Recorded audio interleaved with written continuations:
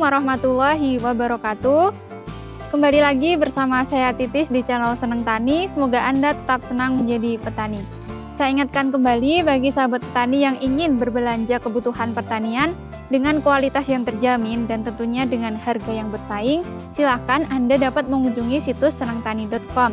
Kebetulan sekali di sana sedang ada promo untuk minimal pembelian 150.000, Anda akan mendapatkan satu buah kaos yang menarik. Yuk belanja di senengtani.com. Sahabat Seneng Tani semua, saat ini saya sedang berada di salah satu lahan timun. Kemudian di bagian bawahnya ini ternyata ada tanaman cabai. Jadi tadi kami dari kejauhan ini hanya terlihat timunnya saja, namun setelah kami dekati lebih dekat, ternyata di sini ada cabainya di lubang tanam di sebelahnya. Nah, mungkin sahabat Seneng Tani semua dari kamera kurang begitu jelas ya untuk tanaman cabainya ini.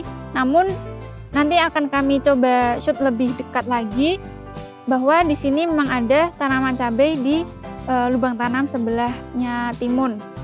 Nah, uniknya dari lahan ini adalah tanaman cabainya ini masih kecil. Ini umurnya masih sekitar 2 minggu setelah tanam.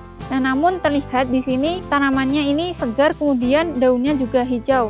Dan untuk jaringan tanamannya juga terlihat kokoh. Nah, padahal biasanya kan seperti yang sudah sahabat Seneng Tani semua ketahui bahwa biasanya setelah pindah tanam, untuk tanaman cabai ini, dia ini akan mengalami stres. Untuk ciri-ciri tanaman cabai yang mengalami stres, misalnya daunnya ini terlihat menguning, kemudian lama-kelamaan dia akan mengalami kerontokan.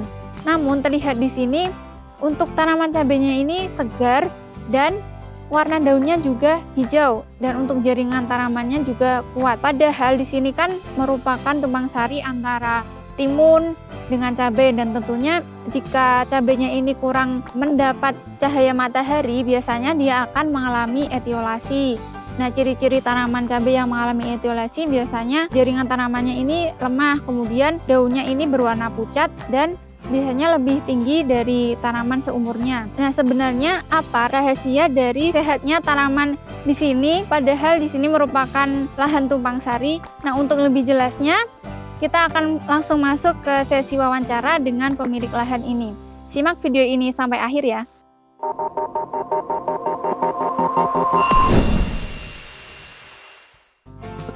Baik sahabat Seneng Tani semua, saat ini saya sudah bersama dengan Bapak pemilik lahan ini. Untuk lebih jelasnya mengenai budidaya tanaman timun dan cabai di sini, kita akan langsung masuk sesi wawancara. Mungkin Bapak bisa memperkenalkan diri terlebih dahulu, Pak. Oke. Nama saya Pak Sudiono, alamat Sedayu 2 Muntilan. Pak Sudiono, alamatnya di Sedayu Muntilan ya, sahabat Seneng Tani semua. Begini Pak, jadi tadi saya lihat dari kejauhan nih, sudah terlihat kalau tanaman timun di sini tuh hijau gitu. Terus ternyata setelah saya dekati, ternyata ada tanaman cabainya ya Pak. Nah, mungkin Bapak bisa menjelaskan kepada sahabat Seneng Tani semua mengenai varietasnya, kemudian ini sudah umur berapa gitu Pak? Pupuk dasar, pakai pupuk kandang, terus pakai Compaction sama Vertifos. Ini lahan udah bekas ya sekitar 10 tahunan. Misalnya olah lahan terus. Ini timun varietas Batara.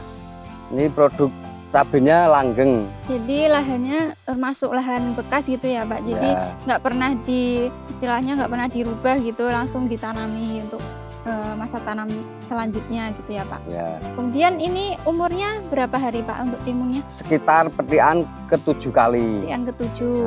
Rata-rata per petik 5 sampai 6 petikan itu rata-rata dapat 6 kental. 6 kental dari total berapa tanaman Pak? Nah, ini sekitar 1.750 meter. Oh, jadi luasnya 1.750 meter, kemudian sudah petik ke-7 gitu ya Pak. Untuk cabainya ini udah umur berapa hari Pak? Ini umur 15 hari. Umur 15 hari.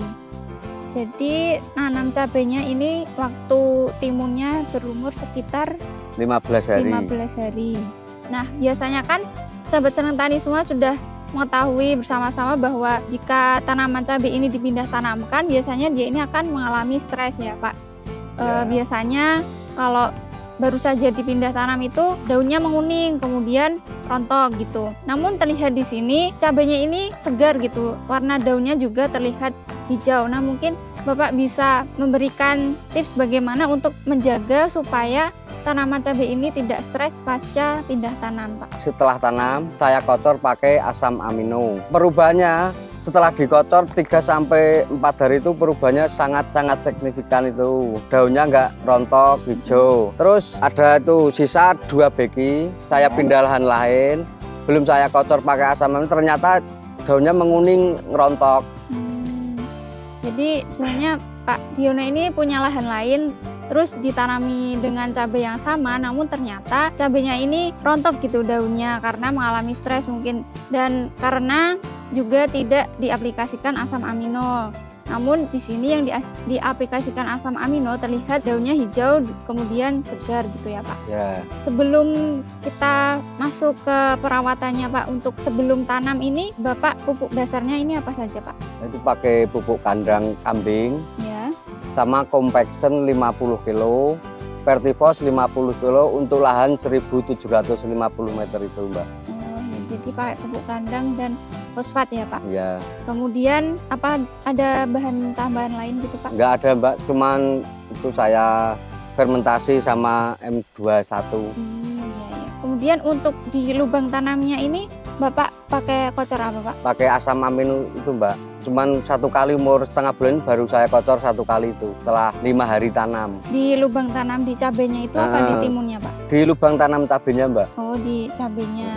Mungkin efek yang Bapak rasakan nih setelah aplikasi asam amino itu apa Pak? Di cabai ataupun di timunnya kan mungkin walaupun kocornya di cabai namun timunnya ini tetap bisa menyerap asam amino juga karena lubang tanamnya juga bersebelahan gitu Pak. Mungkin efek yang Bapak rasakan gitu apa Pak? Daun timun itu udah petik 7 kali tetap masih hijau Mbak, nggak menguning gitu loh Mbak nih. Ini saya spray setelah panen 7 kali sehari spraynya. Spraynya itu pakai apa Pak? Saya pakai Yosef biru, Yosef. sama saya rolling Trivia sama Cabrio Top. Jadi yang Bapak rasakan setelah aplikasi asam amino itu selain tanaman cabainya yang segar juga timunnya juga ikut-ikutan segar karena lubang tanahnya masih bersebelahan, jadi dia masih tetap bisa menyerap asam amino tersebut gitu ya Pak. Ya. Dan untuk buahnya dari timunnya ini bagaimana Pak? Hasilnya bagus Mbak, hijau gitu toh, bisa besar-besar. Saya pakai nutrisinya ya Mbak ya, saya pakai Kalinet Mbak. Kemudian untuk aplikasi asam aminonya ini kan 5 hari setelah tanam cabai ya Pak, itu dosisnya berapa Pak? Dosis itu 1 ember ya Mbak ya, atau 1 gembor gitu ya Mbak ya. 1 gembor. Itu paling saya kasih 1 sendok makan Mbak, habis 2 botol. Nah, cukup irit itu Mbak, menurut saya cukup irit. Jadi pakai gembor yang 9 liter itu ya Pak? Ya, pakai gembor yang 9 liter. Jadi asam aminonya dosisnya itu 2 sendok. 1 sendok makan Mbak. 1 sendok, 1 sendok per 9 liter air, kemudian dikocorkan. Nah, untuk pengocorannya ini kira-kira berapa mili Pak? Sak cukupnya Mbak, secukupnya sak gitu cukupnya. Jadi termasuk cukup hemat juga ya Pak untuk aplikasi asam aminonya ini. Kemudian sahabat Seneng Tani semua, mungkin saya akan menjelaskan kembali bagaimana pengaruh dari aplikasi asam amino terutama untuk mengatasi stres pada tanaman pasca pindah tanam. Nah, jadi biasanya kan sahabat Seneng Tani semua sudah merasakan sendiri terutama untuk tani cabai di mana biasanya ini setelah pindah tanam, tanaman cabai ini biasanya menguning kemudian rontok. Nah, sebenarnya itu masih bisa diatasi termasuk dengan aplikasi asam amino ini. Jadi biasanya bibit cabai yang biasanya dia ini dirawat di tempat yang mendapat naungan kemudian dipindah tanamkan. Pastinya dia ini akan mengalami stres. Jadi tidak hanya manusia saja yang bisa mengalami stres ya. Jadi tanaman pun juga bisa mengalami stres. Nah, untuk mensiasati hal tersebut ini bisa diaplikasikan asam amino. Nah, jadi apa sebenarnya asam amino ini? Asam amino ini merupakan protein yang bentuknya ini lebih sederhana yang biasanya digunakan oleh tanaman ini untuk proses metabolismenya. Jadi sebenarnya tanaman ini sudah mampu menghasilkan asam amino sendiri. Nah, namun jika kita bantu dengan aplikasi asam amino dari luar, ini dia akan lebih menghemat energi sebagai bahan untuk proses yang lain. Jadi misal seperti kita kalau makan gitu, bisa membantu tanaman tersebut untuk mengalokasikan energi tersebut untuk proses fisiologi yang lain. Seperti kan misalnya kalau cabai ini baru pindah tanam kan dia butuh untuk membentuk tunas baru, kemudian untuk membentuk serabut akar yang baru. Nah, jadi energi yang dia serap dari tanah itu bisa dioptimalkan untuk proses tersebut karena sudah kita bantu dengan aplikasi asam amino dari luar. Nah, selain itu seperti yang sudah dijelaskan Pak Diono tadi bahwa setelah aplikasi asam amino bisa dirasakan efeknya, yaitu daunnya ini lebih hijau, terlihat lebih hijau, padahal biasanya kalau setelah pindah tanam ini kan berwarna kuning kemudian rontok. Nah, jadi peran asam amino ini di sini dia ini mampu menambah kadar klorofil pada tanaman sehingga lebih mempercepat fotosintesisnya. Nah, selain itu asam amino ini juga mampu memacu tanaman untuk membentuk hormon atau zat pengatur tumbuh yang lain seperti auksin, giberelin seperti itu yang dia ini berfungsi sebagai pemacu pertumbuhan.